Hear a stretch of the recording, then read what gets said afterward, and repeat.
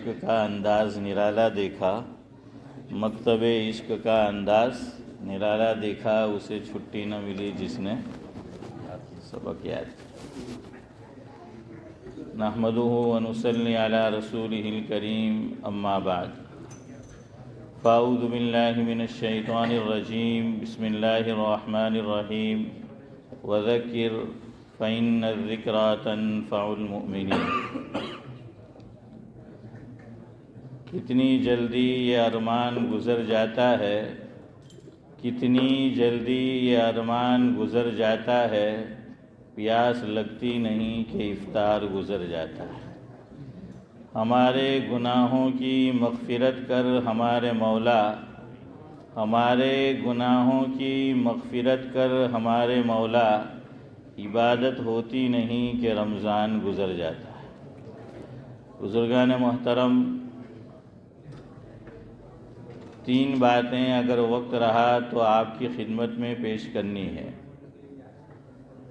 دو سوال پوچھے گئے ہیں تو اس کا جواب دینا ہے، اور پھر وقت رہا تو آج جمعہ سے پہلے جو گفتگو ہوئی اس کی انشاءاللہ تکمیل کرنے کی کوشش کریں گے۔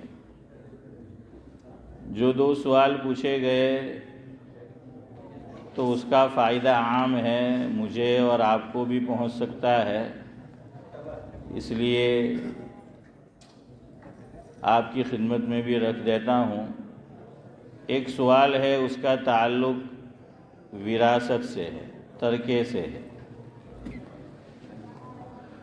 آدمی کا انتقال ہو جائے، اس کے بعد وہ جو کچھ مال و جائیداد چھوڑ کر جاتا ہے اسے ترکہ کہا جاتا ہے، میراث، وہیں چڑی وراثت۔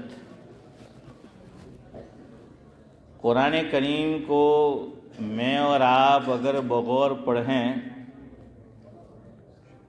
تو یہ نظر آئے گا کہ جن مسائل اور احکام کو اللہ رب العزت نے قرآن کریم میں تفصیل سے اور کھول کر بیان کیا ہے، ان میں ایک میراث کا حکم ہے، وراثت کا مسئلہ ہے۔ اللہ رب العزت نے قرآن کریم میں اس کے احکام کو کھول کر بیان کیا ہے، اور میراث کی اگر صحیح تقسیم نہ ہو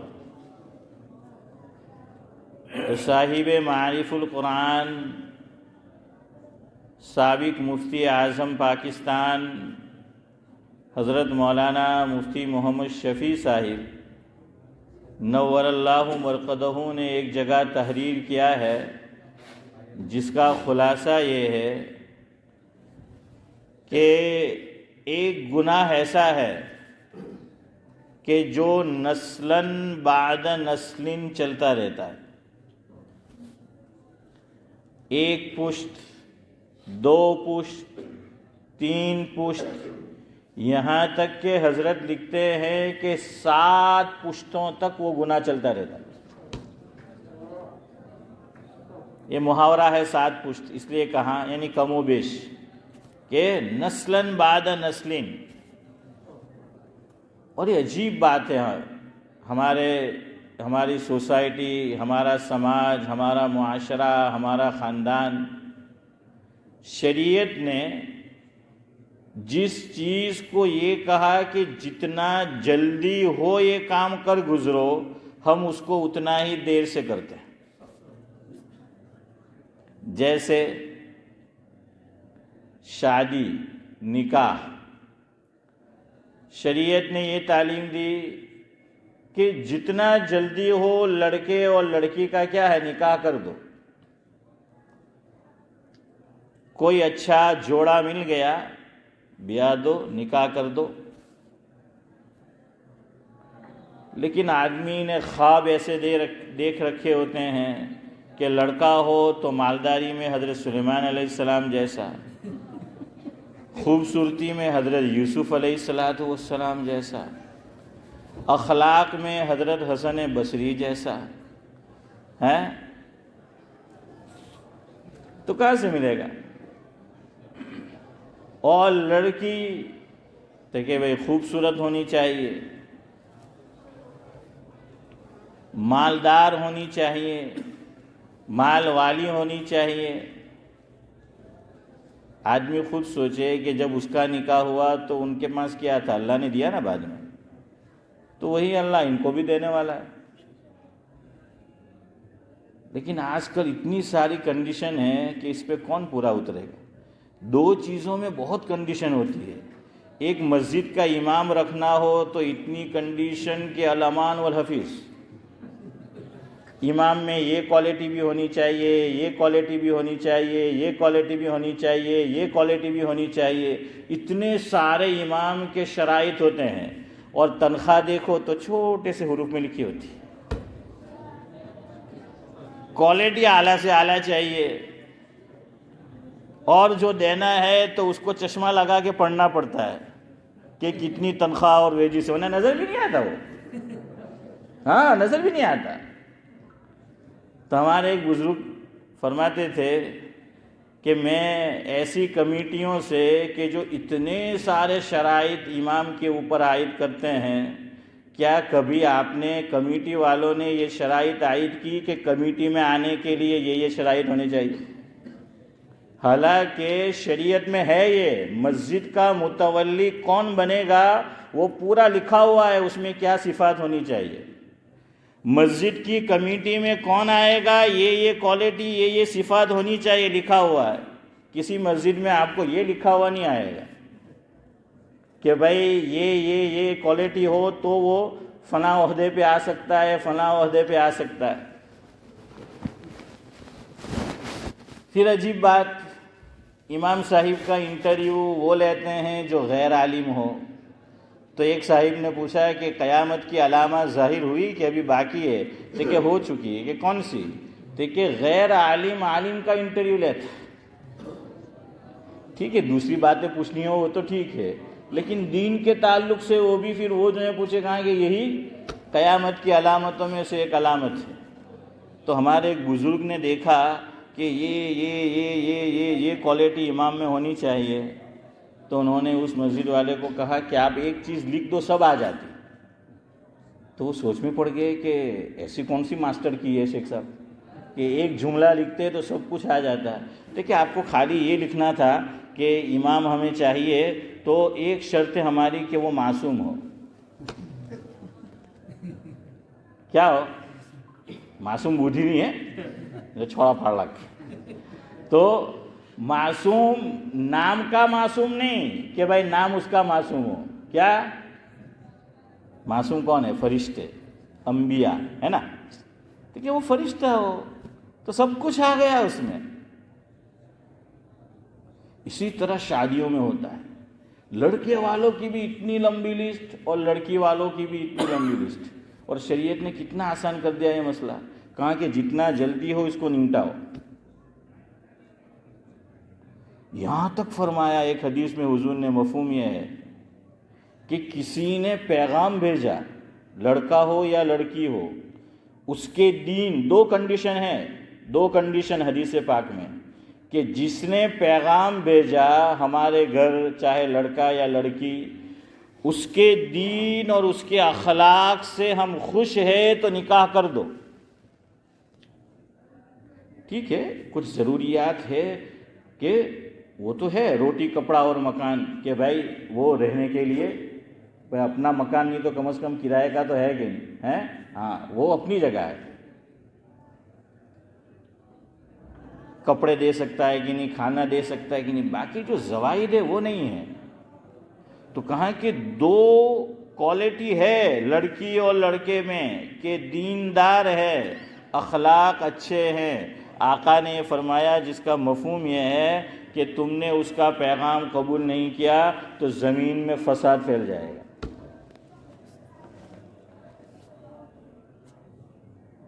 سوسائٹی برائی میں مبتلا ہو جائے گی۔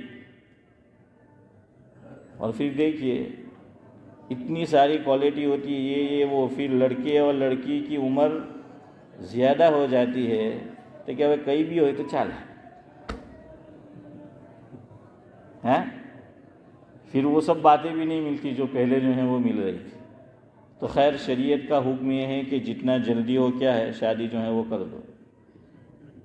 جنازہ اس ملک میں تو پرابلم ہے بعض مرتبہ، جیسے ہمارے اسماعیل چچا اللہ مرحوم کو غریق رحمت کرے ہیں، تو ایکسیڈنٹ کیس بنا، پولیس کیس ہوا، تو خیر ہم کچھ نہیں کر سکتے، ورنہ آدمی کی اختیار میں ہو تو جنازے کو کیا کرو، جتنا جلدی ہو اس کو منزل مقصود تک پہنچاؤ. تیسری چیز نماز، کہ نماز کو اول وقت میں پڑھو، جتنا جلدی ہو نماز کے فریضے سے کیا ہو جاؤ، سبکدوش ہو جاؤ. لیکن دو لوگ، ایک مینی کیب والے اور ایک شاپ والے ہیں، خاص طور سے نماز عصر کو اتنا لیٹ کر دیتے ہیں جان بوجھ کر کہ وقت مکروہ شروع ہو جاتا ہے. ان کے دماغ میں کیا ہے کہ ایک وقت پارکنگ کروانے نے بند نماز پڑھ لیا، અસર વખત પાર્કિંગ કરવાની, એવા ટાઈમે પહોંચવાનું ને પછી મગરિબ પડીને નીકળવાનું.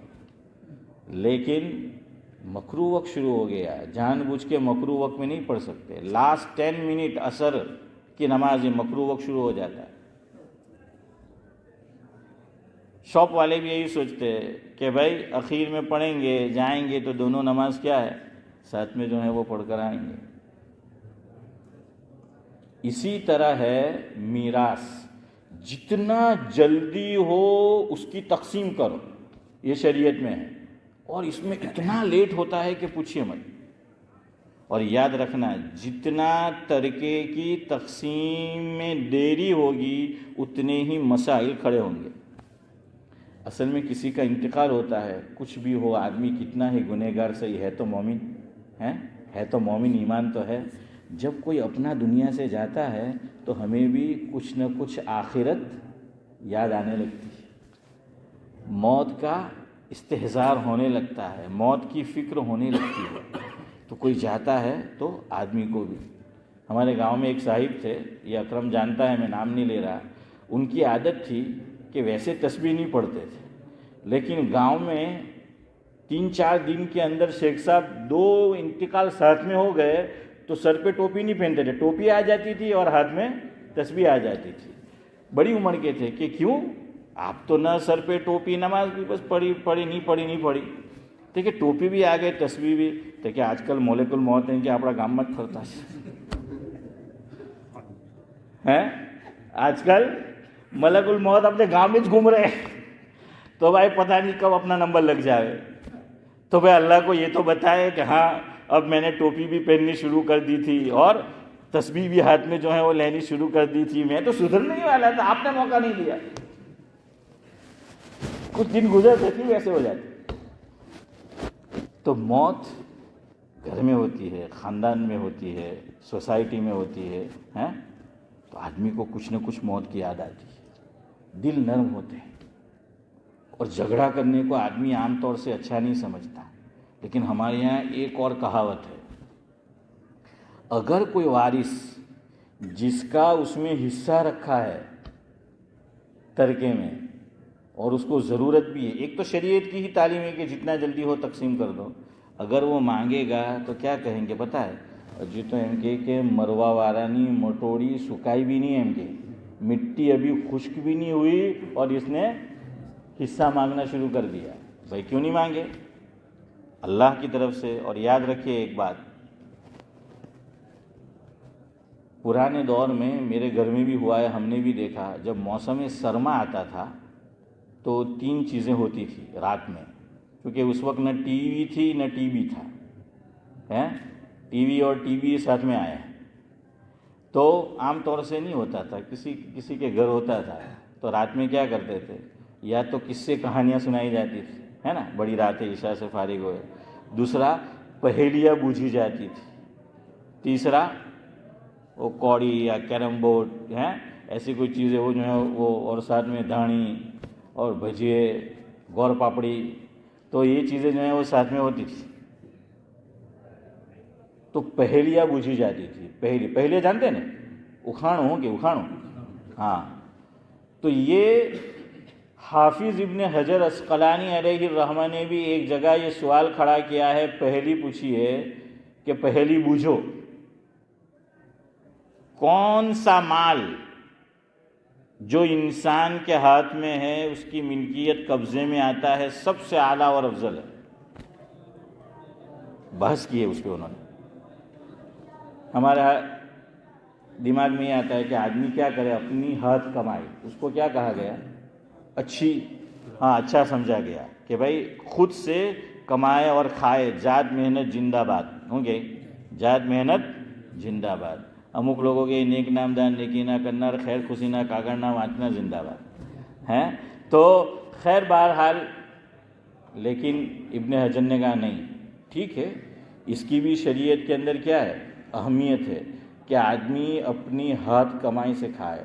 لیکن ابن حجر لکھتے ہیں اس سے بھی اعلیٰ وہ مال ہے کہ جو میراث میں ملے, وراثت میں ملے. کیوں؟ اس کی وجہ انہوں نے بیان کی, ذکر کی کہ آدمی کماتا ہے, اپنے ہاتھ سے محنت کرتا ہے خون پسینے کی, ٹھیک ہے اس کو شریعت نے سراہا ہے. آپ صلی اللہ علیہ وسلم کی خدمت میں ایک صاحب آئے اور سوال کیا تو حضور نے کیا کیا؟ دیکھیے آپ صلی اللہ علیہ وسلم ہر ایک کو ایک لکڑی سے نہیں ہانکتے تھے, دیکھتے تھے کہ اس کے حالات کیا ہے, اس کی ضرورت کیا ہے, صحت کیسی ہے, تندرستی کیسی ہے, سب کچھ دیکھ بھال کر جو ہے وہ عمل کیا جاتا تھا, ایک لکڑی سے نہیں ہانکا جاتا. تو بعض مرتبہ تو یہ بھی ہے حدیث میں کہ حضور نے چندہ کیا, ضرورت پوری کر دی, لیکن ان کو کیا کیا, لکڑی دی ہاتھ میں اور کواڑی ہوں کہ تین ہاتھوں, وہ جانتے ہیں نا کیا اردو لفظ کیا آئے گا, وہ جو اندر ملایا جاتا ہے, ارے جو کھوتے کاٹتے ہیں وہ جو آلہ ہوتا ہے کاٹنے کا, کہاں کھدائی یار, وہ ہاتھا تو وہ تو ہاتھ جو پکڑتے اس کو, میں اس کی بات کر رہا ہوں جو لوہے کا ہوتا ہے. خیر آپ سمجھ گئے, تو میرے ذہن میں نہیں آ رہا ہے وہ لفظ. تو حضور نے دیا اور کہاں کہ جاؤ, ان کو کیا کیا کہ جاؤ خود کماؤ اور اپنی ضرورت کیا ہے وہ پوری کرو, وہ پوری جو ہے وہ کرو. لیکن ابن حجر عسقلانی لکھتے ہیں اس سے بھی اعلیٰ مال افضل وہ ہے جو آدمی کو میراث میں ملے, وراثت میں جو مال ملتا ہے. کیوں؟ فرمایا کہ یہ جو مال ہے یہ اللہ تعالیٰ کی طرف سے. کیوں؟ حصے کس نے مقرر کیے؟ اللہ تعالیٰ نے مقرر کیے نا, میراث میں حصے مقرر کر دیے. تو گویا یہ ڈائریکٹ اللہ تعالیٰ کے ہاتھ سے پہنچا ہے. ویسے روزی بھی اللہ ہی دیتے ہیں, لیکن یہ ڈائریکٹ, چونکہ اس میں میری آپ کی ایون مرنے والے کی بھی نہیں چلتی. جب کیا ہے مرض الموت شروع ہو جائے, وقت رہا, آگے مسئلہ آئے گا, انسان کے سانس چل رہے ہیں, ہوش و حواس باقی ہے, لیکن شریعت نے وہیں اس کے ہاتھ کاٹ دیے. جس کا اپنا مال ہے اس کے ہاتھ یا تو کہہ لیجئے کہ باندھ دیے جاتے ہیں یا کہہ لیے کہ کاٹ دیے جاتے ہیں. یعنی محاورہ جو ہے محاورتاً, مرض الموت جب شروع ہو جائے پھر میری اور آپ کی نہیں چلتی, ہمارے خود کے مال میں. تو چونکہ یہ مال اللہ تعالیٰ کی طرف سے, اس لیے میراث یہ سب سے افضل مال ہے جو میراث میں ملتا ہے. تو پھر شریعت نے مقرر کیا ہے, کوئی بات نہیں. ہمارے یہاں کہتے ہیں کہ ابھی تو قبر کی مٹی خشک نہیں ہوئی, سوکھی نہیں ہے. میں نے کہا اچھا ہے, چونکہ وہ قبر کی مٹی سوکھی نہیں ہے نا, خشک ہے, تو اس وجہ سے دل نرم ہے. وہ خشک ہو جائے گی نا, ادھر دل بھی خشک ہو جائے گا. وہ کنیکشن ہے اس کے ساتھ, اس کے مال کا ادھر جس کو ملنے والا ہے. وہ قبر کی مٹی کیوں خشک نہیں ہوتی, کیوں بولتے ہیں پتہ ہے؟ ہمارے یہاں انتقال کے بعد عام طور سے کیا کیا جاتا ہے, قبر پہ کیا چھڑکا جاتا ہے, پانی چھڑکا جاتا ہے. تو گویا وہ تعبیر ہے کہ ابھی تو جو قبر پہ پانی چھڑکا گیا ہے وہ بھی کیا ہے, خشک نہیں ہوا ہے. اچھا یہ یاد رکھو, بعض مرتبہ ہم کسی کو دفنانے جاتے ہیں قبرستان تو بارش ہو رہی ہوتی ہے, مٹی آلریڈی کیا ہے حضرت قاری صاحب, بھیگی ہوئی ہے. لیکن بعض لوگ پتہ نہیں دماغ میں وہ بیٹھا ہوا ہے, تو جب قبر بن کے تیار ہو جائے گی تو کہ پانی لاویں کہ پانی چھانٹوں. یہ کیوں پانی چھانٹنا ہے وہ سمجھو.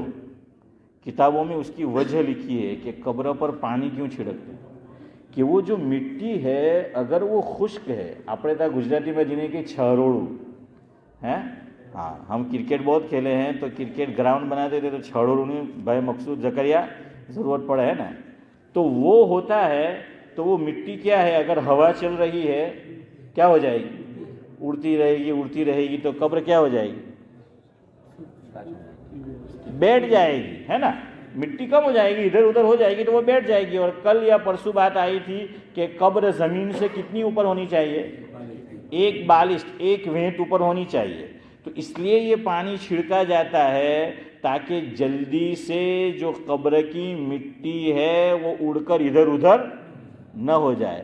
ارے بھائی جب بارش ہو رہی ہے یا بارش ہو نہیں رہی لیکن تدفین سے پہلے اس کو قبر میں اتارنے سے پہلے موسلادھار بارش ہوئی ہے اور مٹی جو ہے وہ کیا ہے، گیلی ہے. اب گیلی مٹی کے اوپر پھر پانی ڈالنا چیمانہ دارت ہے، سمجھ آیا؟ تو اب یہ کام نہیں کرنا ہے. اگر کیا ہے بارش آلریڈی ہوئی ہے یا ہو رہی ہے اور قبر کی مٹی جو ہم اوپر ڈالیں گے وہ کیا ہے، وہ گیلی ہے، بھائی جتنا جلدی ہو میراث کی تقسیم کر دو تو صحیح معنی میں جو ہے وہ تقسیم ہو جائے گی. ورنہ جتنا لیٹ ہوگا اتنا پھر شیطان یہ معاملے کو جو ہے وہ مشکل سے مشکل تر جو ہے وہ کرتا چلا جائے گا. اور یہ بھی یاد رکھیے ہمارے یہاں کوتاہی ہوتی ہے کہ والد صاحب کا انتقال ہوا تو جو لڑکا ہے وہ کیا کرتا ہے کہ 2-4 سوٹ تو میں کوئی نہ اپنو نہیں ملے کہ باجی نے آپ سوٹ بہت پسند ہوتا ہے کہ والد صاحب زیادہ تر یہ سوٹ پہنتے تھے یہ تو میں رکھوں گا کہ جیوتا ہو تو تیار تو جو تو نہیں ہوتا ہے، یہ بھی نہیں رکھ سکتا. ایون فقہا نے لکھا ہے ایک الائچی والد صاحب کا انتقال ہوا اور مان لیجئے کہ ان کے جیب میں ایک الائچی کا دانہ تھا، الائچی تھی، وہ بھی میراث میں تقسیم ہوگا. ایک سوئی تھی والدہ کی جیب میں تو وہ سوئی بھی میراث میں تقسیم ہوگی. اور اگر ہمیں لینا ہے تو قیمت دینی پڑے گی، رکھو قیمت اور والد صاحب کا سوٹ اٹھاؤ. اچھا بعض لوگ خود نہیں رکھتے تو کہ اب چیریٹی میں دے دو، ہم کہ اب کیا کام کا، چیریٹی میں بھی نہیں دے سکتے جب تک کہ سارے ورثہ نمبر 1 بالغ نہ ہو، بالغ ہونا شرط ہے سارے ورثہ کا. نمبر 2 سارے ورثہ بغیر کسی دباؤ کے زبردستی کے اس پر راضی ہو کہ والدہ یا والد کے کپڑے ہیں اس کو کہاں دے دو، چیریٹی میں، تو ٹھیک ہے، ورنہ نہیں کر سکتے. لیکن ہمارے یہاں یہ کوتاہیاں جو ہیں وہ شروع ہو جاتی ہیں. خیر وہ خاتون نے جو مسئلہ پوچھا ہے ادھر آیا ہے ورنہ وہ مسئلہ رہ جائے گا. انہوں نے مسئلہ یہ پوچھا کہ میری والدہ جو ہیں ان کو مہلک بیماری تھی، نام بتایا لیکن میں نہیں لے رہا بیماری کا، کہ مہلک بیماری تھی ان کو اور کئی سال سے وہ بیڈ پر تھی. ان کے انتقال کے 3-4 دن پہلے انہوں نے مجھے سونے کے کنگن دیے. والدہ نے کس کو دیے؟ بیٹی کو 2 سونے کے کنگن دیے اور والدہ مہلک مرض تھا اور بیمار چل رہی تھی. یہ جو دیا گیا یہ سونے کے 2 کنگن دیے گئے، اس کے 3-4 دن بعد والدہ کا انتقال ہو گیا. حجۃ الوداع کا جو اللہ کے نبی صلی اللہ علیہ وسلم نے خطبہ دیا ہے اس موقع پر من جملہ اور باتوں کے حضرت نے ایک بات یہ ارشاد فرمائی کہ لا وصیت لوارث او کما قال علیہ الصلاۃ والسلام، کہ وارث کے لیے وصیت کرنا جائز نہیں ہے. نمبر 1 ایک وصیت ہوتی ہے. نمبر 2 ایک وصیت نہیں، ہم کچھ دینا چاہتے ہیں، وصیت نہیں. وصیت کب ہے کرے گی، وصیت کب پوری ہوتی ہے؟ انتقال کے بعد. اور وہ بھی شریعت نے مقرر کر دیا 1/3. شریعت کتنے وصیت کتنے میں چلے گی؟ 1/3 میں. مثال کے طور پر 100 پاؤنڈ چھوڑ کے کوئی مرا ہے تو وصیت کا اعتبار کتنے میں ہوگا؟ 33 پاؤنڈ 33 پینس اتنے ہی بنتے ہیں نا، اتنے میں جو ہے چلے گا. جتنی زیادہ رقم ہو آپ شمار کر لیجئے. 1,00,000 پاؤنڈ چھوڑ کے مرا ہے تو آپ گن لیجئے کہ جو 1/3 ہے اگر مرنے والے نے وصیت کی اور جو دینے کو کہا 1/3 سے زیادہ ہو جاتا ہے تو اس کا اعتبار نہیں ہوگا، 1/3 دیا جائے گا۔ یا ایک آدمی کے لیے وصیت نہیں کی، ایک سے زائد آدمیوں کے لیے وصیت کی، یا ایک ادارے اور ایک مسجد کے لیے وصیت نہیں کی، ایک سے زائد ادارے اور مسجد کے لیے وصیت کی ہے، تو کیا کیا جائے گا؟ 1/3 میں سے تھوڑا تھوڑا تھوڑا دیا جائے گا سب کو، 1/3 سے اوپر نہیں جائے گا۔ اچھا، یہاں بھی بخاری شریف کی روایت ہے، حضرت سعد بن وقاص رضی اللہ تعالیٰ عنہ نے یہ مسئلہ پوچھا ہے۔ حضرت بیمار ہوئے، مفہوم ہے، اور ان کی صرف ایک لڑکی تھی اور کوئی اولاد نہیں تھی، اونلی صرف ایک لڑکی تھی ان کی۔ بعض مرتبہ آدمی بیمار ہوتا ہے تو اس کو یہ احساس ہونے لگتا ہے کہ اب یہ میرا کیا ہے، آخری وقت ہے، یعنی میں اسی بیماری میں اللہ کو کیا ہو جاؤں گا، پیارا ہو جاؤں گا، ایسا آدمی کو لگتا ہے، لیکن وہ اچھا بھی ہو جاتا ہے۔ حضرت سعد بن ابی وقاص رضی اللہ تعالیٰ عنہ کے ساتھ بھی ایسا ہی ہوا۔ تو وہ چاہتے تھے کہ ایک ہی تو لڑکی ہے، میں سب کا سب اللہ کے راستے میں خیرات کر دوں، تو حضور نے منع فرمایا کہ نہیں، اپنا وارث کے لیے چھوڑ کے مرو، ورنہ پھر کیا ہوگا پتہ ہے، آپ سب کچھ دے کر چلے جائیں گے، میں تو نہ بیٹی یاد رکھے گی نہ بیٹا یاد رکھے گا، بھائی بہن تو رکھتے ہی نہیں، اللہ ماشاء اللہ ہیں آج کے دور میں، پھر کیا کہیں گے، نہ فاتحہ نہ درود، مر گیا مردود ہیں، اگر کچھ دے کر نہیں جائیں گے ہیں، ہاں تو مردود کہیں گے، نہ فاتحہ پڑھیں گے نہ درود پڑھیں گے، سمجھ آیا؟ یہ مطلب ہے کہ نہ فاتحہ نہ درود، مر گیا مردود، کہ کچھ چھوڑ کے تو مرا نہیں ہے ہمارے لیے۔ تو حضور نے فرمایا پورا نہیں، تو کہا کہ حضرت آدھا دے دوں، یاد رکھیے ایک ہی لڑکی ہے، وارث، ہاں۔ حضور نے فرمایا نہیں، آدھا نہیں، تو پھر کہا کہ 1/3، اور یہ حدیث میں الفاظ ہے بخاری شریف میں، حضور نے فرمایا یہ بھی زیادہ ہے۔ کیا فرمایا؟ یہ بھی زیادہ ہے، یعنی 1/3 کو بھی حضور نے کیا کہا؟ زیادہ کہا۔ ابو حنیفہ وقت جن کو کہا جاتا ہے، ہمارے اکابر میں حضرت مولانا رشید احمد گنگوہی رحمۃ اللہ علیہ، حضرت کے فتاویٰ چھپے ہوئے ہیں۔ حضرت نے اپنے فتاویٰ میں یہ بات لکھی جس کا مفہوم یہ ہے کہ حضور کی منشا اس سے معلوم ہوتی ہے کہ 1/3 سے ذرا کم وصیت کرنی چاہیے، تو حضرت نے فتوے میں لکھا کہ آپ کر سکتے ہیں، جائز ہے 1/3، لیکن حضور کا منشا یہ معلوم ہو رہا ہے یہ بھی زیادہ ہے، تو کوئی مسلمان وصیت کرے تو 1/3 سے ذرا کم کرے، لیکن اجازت ہے، بہرحال 1/3 کی اجازت جو ہے وہ ہے۔ تو سمجھو، ایک ہے وصیت، ایک ہے گفٹ۔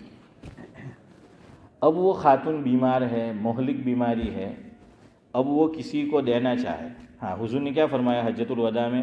وارث کے لیے وصیت نہیں ہے۔ مثال کے طور پر میں مرنے سے پہلے میری بیٹیاں یا بیٹی یا بیٹوں کے لیے وصیت کرنا چاہوں، میں کر سکتا ہوں؟ نہیں کر سکتا۔ کیوں؟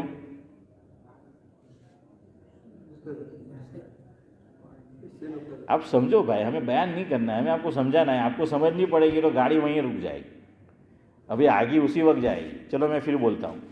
حضور نے فرمایا لا وصیت لوارث، وارث کے لیے وصیت جائز نہیں ہے۔ کیوں؟ کیونکہ وارث کے لیے آلریڈی اللہ نے اس میں کیا رکھا ہے؟ حق رکھا ہے، اس کا حصہ رکھا ہے، ورنہ پھر ایسا ہو جائے گا، ہمارے یہاں بولتے ہیں گیت دوڑایو نے کھچڑی ماچ ہیں، تو پھر جو ایک لڑکا یا لڑکی ماں باپ کی خدمت کرے گی نا، وہ کہے گی کہ ہمیں جو ملنے والا ہے اللہ کی طرف وہ تو ہے ہی، ماں باجی نے پٹائی نے کہے کہ ابھی تمہیں وصیت ہمارا ہرو کر ہی جاؤ، ہیں؟ سمجھ آ رہا ہے؟ بھائی تو نے ماں باپ کی خدمت کی تو کیا تو نے بہت کوئی دھاڑ مار دی؟ تیری خدمت تیرے ماں باپ نے نہیں کی؟ تو چھوٹا تھا، اگر ماں باپ دیکھ بھال نہ کرتے، نہ سنبھالتے تو اتنا بڑا بھی نہیں ہوتا۔ ماں باپ نے تجھے سنبھالا ہے، تو اگر آج ماں باپ کے لیے رات کی نیند قربان کرتا ہے تو کون سا بڑا کام کرتا ہے؟ کیا ماں باپ نے تیرے لیے راتوں کو نیند قربان نہیں کی؟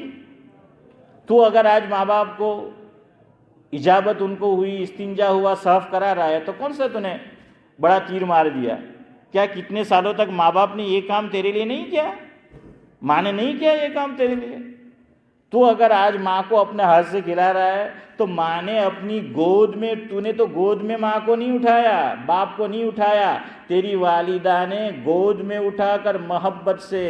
اور ہم اگر کرتے بھی ہے خدمت، وہ جذبہ نہیں ہوتا جو ماں کے دل میں اور باپ کے دل میں جذبہ ہوتا ہے اولاد کے لیے، یاد رکھنا۔ خدمت کرتے بھی ہے تو وہ جذبہ نہیں ہوتا، اندر سے کہیں نہ کہیں تو دل کڑتا ہے، کیا کہاں اپنا ماتھے پوئے۔ ہاں، وہ بشاست نہیں ہوتی اولاد کی خدمت میں جو ماں باپ اپنی اولاد کے لیے محبت سے کرتے ہیں۔ اگر تو عمر رسیدہ والدہ ہو گئی یا والد اور اپنے ہاتھ سے ان کے منہ میں نوالے اور لقمے بنا کر ڈال رہا ہے تو تو نے کون سا بڑا تیر مار دیا؟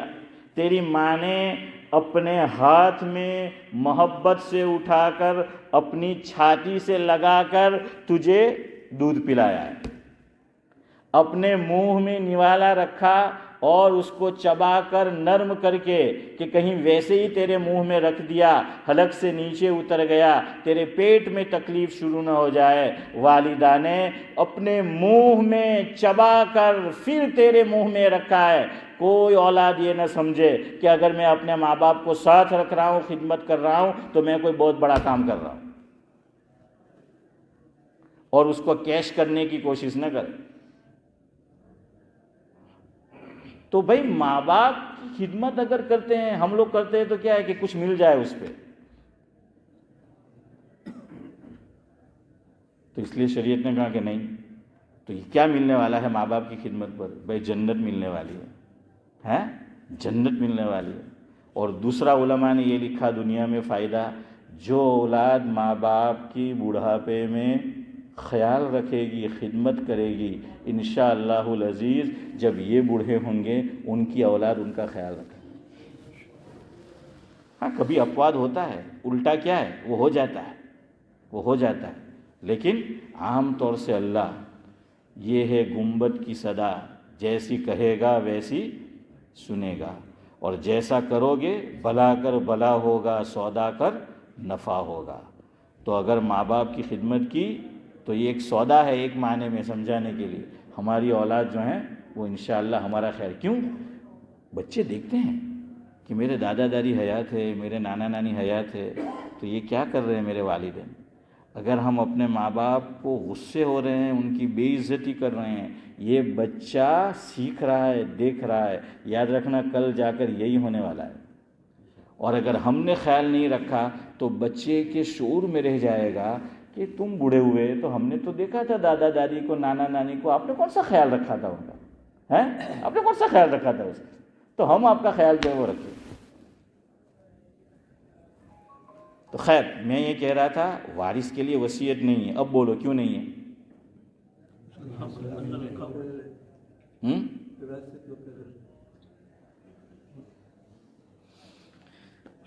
سر ایم پی اڈو کا لگ ٹھیک ہے۔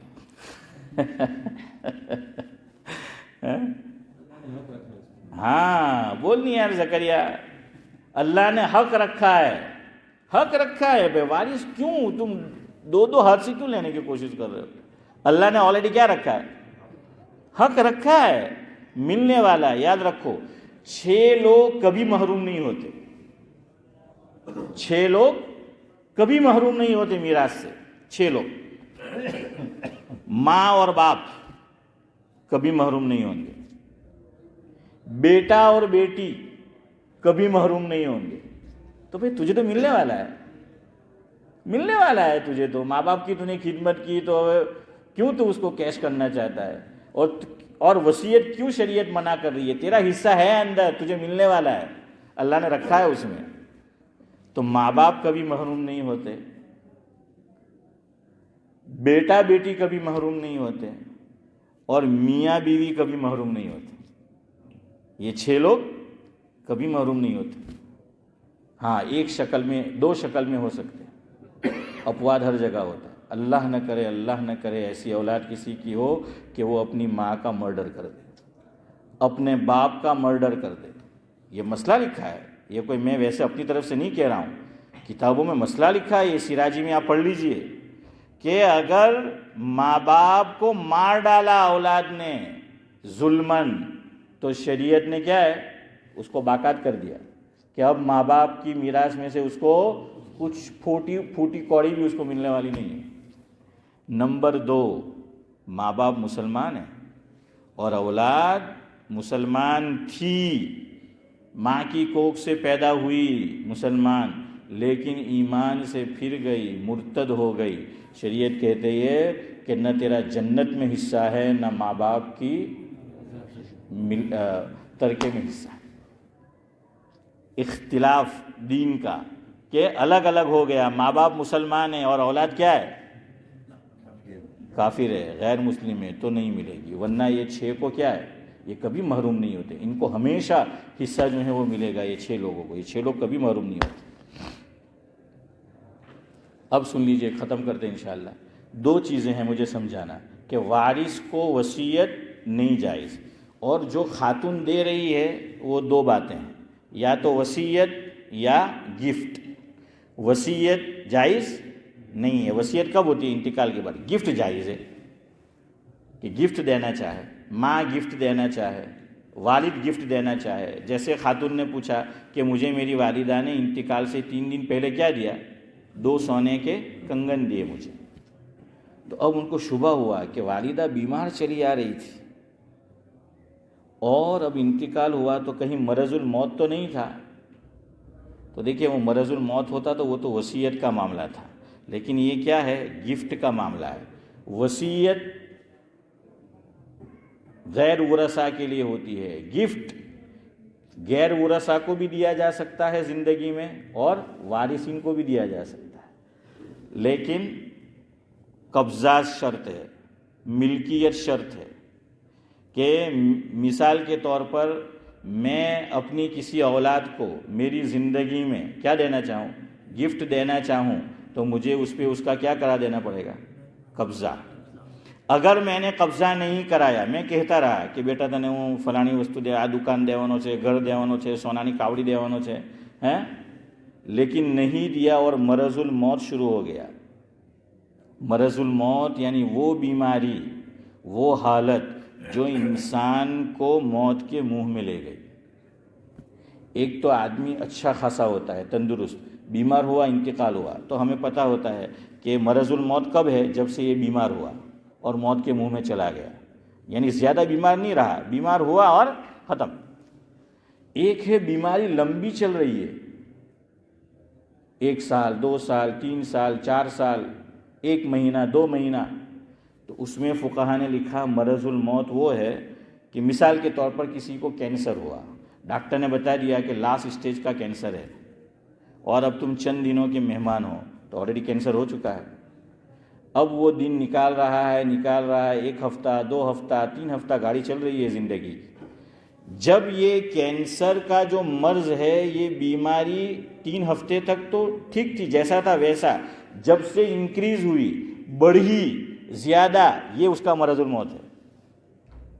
اب جس بیٹے اور بیٹی کو کہہ رہا تھا یا کہہ رہی تھی کہ میں تجھے فلاں چیز دینے والی ہوں، لیکن ابھی اس کو کیا نہیں بنایا؟ مالک نہیں بنایا، اب مرض الموت شروع ہو گیا اور دینا چاہے اب جائز نہیں۔ اس پہ ایک واقعہ سنیے۔ حضرت ابو بکر صدیق رضی اللہ تعالیٰ عنہ کے پاس ایک باغ تھا قیمتی۔